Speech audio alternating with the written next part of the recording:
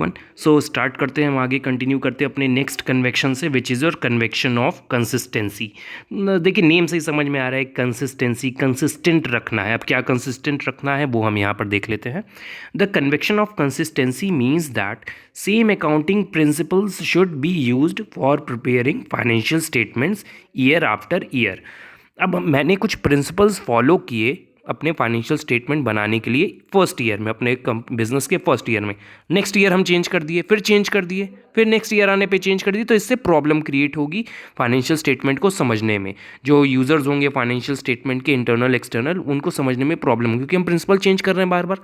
अगर प्रॉपर एक बैलेंस बना के रखें, एक ही principle year by year follow करें, तो ज़्यादा अच्छा रहेगा, हम कंपेयर भी कर पाएंगे। इसलिए हम कौन सा कन्वेक्शन फॉलो करते हैं?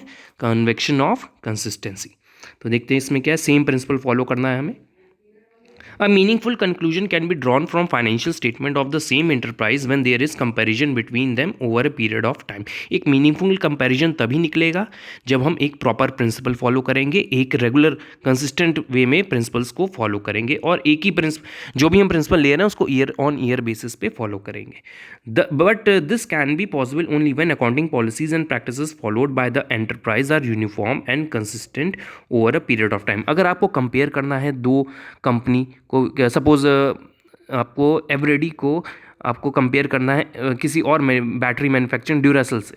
अगर दोनों सेम सेक्टर की कंपनी है, बैटरी दोनों लिथियम आयन बैटरी मैन्युफैक्चर करती हैं, अगर दोनों को कंपेयर करना है, अगर दोनों प्रिंसिपल सेम फॉलो कर रहे हैं, एक ही सेक्टर की हैं, अगर सेम ही सेक्टर के सेम प्रिंसिपल अगर फॉलो करते हैं तो कंपैरिजन इजी होगा। दोनों जो कंपनीज़ हैं वो डिफरेंट डिफरेंट प्रिंसिपल फॉलो कर रही हैं और ईयर ऑन ईयर बेसिस पे चेंज करती जा रही हैं, तो कंपैरिजन नहीं कर पाएंगे। तो इसके लिए क्या हमें कन्वेक्शन फॉलो करना पड़ेगा?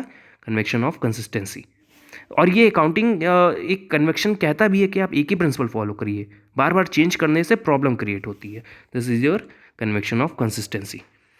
अगर हम डिफरेंट प्रिंसिपल्स, डिफरेंट प्रोसीजर्स और प्रैक्टिसेस फॉलो करने लगे तो क्या होता है वो देख लेते हैं। If different accounting procedures and practices are used for preparing financial statement of different years then the result will not be comparable. हम बता रहे हैं कि आपको बार बार की कंपेयर नहीं कर पाएंगे हम, क्योंकि पिछले साल मैंने कुछ प्रिंसिपल फॉलो किया, इस साल कुछ, तो हम कंपेयर नहीं कर पाएंगे ना। पिछले साल प्रिंसिपल फॉलो करने की वजह से 10 लाख का प्रॉफिट आ रहा है, अगर उसी साल का हम किसी और प्रिंसिपल से बनाए अकाउंटिंग स्टेटमेंट तो हो सकता है 5 लाख का प्रॉफिट आए, तो कंपैरिजन नहीं होगा ना, मिसगाइडेड हो जाएंगे। तो आगे कंटिन्यू करते हैं। कंसिस्टेंसी मतलब देखिए यहाँ फीफो लिखा हुआ है, मतलब फर्स्ट इन फर्स्ट आउट। एक मेथड होता है क्लोजिंग स्टॉक को वैल्यू करने का। हर साल हम एक ही मेथड से अगर अपनी वैल्यू निकालें क्लोजिंग स्टॉक की तो ज़्यादा अच्छा रहेगा, कंसिस्टेंसी रहेगी। तो देखिए ईयर 1 में फीफो, ईयर 2 में फीफो, ईयर 3 में फीफो, इसी एंड सो ऑन, ऐसे ही आपको एक कॉन्सेप्ट, एक प्रैक्टिस और प्रोसीजर फॉलो करना होगा। इसी तरह एक डेप्रिसिएशन के होते हैं, डेप्रिसिएशन के बहुत सारे मेथड होते हैं। अगर आप एक ही मेथड फॉलो करें एक ही मशीन पे तो वो ज़्यादा बेटर रहेगा कंसिस्टेंसी कन्वेक्शन के अकॉर्डिंग। नेक्स्ट आते हैं convection of full disclosure. Full disclose करना, नेम से ही समझ में आ रहा है हमें यहाँ पर भी, फुल डिस्क्लोज करना। क्या फुल डिस्क्लोज करना वो देख लेते हैं। Convection of full disclosure requires that all material and relevant facts concerning financial statement should be fully disclosed। अब हमारे जो यूज़र्स होते हैं अकाउंटिंग इन्फॉर्मेशन के, वो इंटरनल और एक्सटर्नल दोनों होते हैं। उनको, जो एक्सटर्नल होते हैं उनको तो इंटरनल वर्किंग पता नहीं होती कंपनी की क्या हो रहा है, तो उनको इन्फॉर्मेशन प्रॉपर फुली डिस्क्लोज करनी पड़ेगी ना हमें।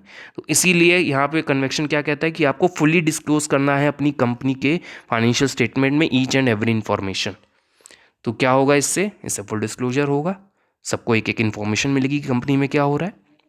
तो that is your full disclosure concept. Full disclosure means that there should be full, fair and adequate disclosure of accounting information. समझ में आ गया होगा, फुल पूरा और फेयर वे में हमें पूरा डिस्क्लोजर करना होगा। Adequate means sufficient set of information to be disclose. अब ये भी नहीं कि आप अपनी सीक्रेट इन्फॉर्मेशन शेयर करते जा रहे हैं फुल डिस्क्लोजर के नाम पे, तो ये नहीं करना है आपको। जो रेलिवेंट इन्फॉर्मेशन है, जो लोगों को लगता है आपको देनी चाहिए, उसको अगर आप छुपाते तो प्रॉब्लम है। अगर जो सीक्रेट है वो तो चलिए नहीं दिया ही जाता है, वो तो सभी को पता है। Full disclosure refers full fair indicates and equitable treatment of users. Fair का यहाँ क्या मतलब है कि इक्विटेबल ट्रीटमेंट हो, ये नहीं कि इंटरनल वालों को ज़्यादा इन्फॉर्मेशन प्रोवाइड कर दी, एक्सटर्नल वालों को कम, ऐसा नहीं करना है। Full refers to complete and detailed presentation of information. Thus, the conviction of full disclosure suggests that every financial statement should fully disclose all relevant information. तो देखिए इन्होंने क्या बोला, सारी जो हम इंफॉर्मेशन फाइनेंशियल स्टेटमेंट में शेयर करेंगे उससे फुल डिस्क्लोजर होना चाहिए और रेलिवेंट इन्फॉर्मेशन होनी चाहिए।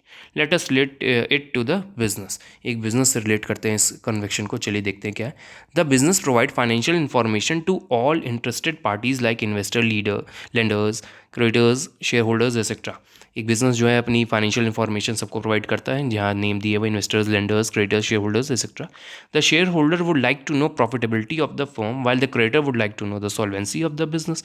जो शेयर होल्डर है वो क्या जानना चाहता है कि प्रॉफिटेबिलिटी कितनी हो रही है, और जो लेंडर है जिसने लोन दिया है हमें, वो क्या जानना चाहता है कि हम सॉल्वेंट है कि नहीं, हम पे भी कर पाएंगे कि नहीं, फ्यूचर में पे कर पाएंगे भी कि नहीं। उसका सॉल्वेंट और इनसॉल्वेंट दो वर्ड होते हैं, बेसिक टर्म में हमने पढ़ा था। सॉल्वेंट मतलब अगर हम अपने लोन को पे करने की कंडीशन में है तो हम सॉल्वेंट है, अगर नहीं पे कर पा रहे तो इनसॉल्वेंट। तो यहाँ सॉल्वेंसी जानने की कौन कोशिश करेगा, लेंडर।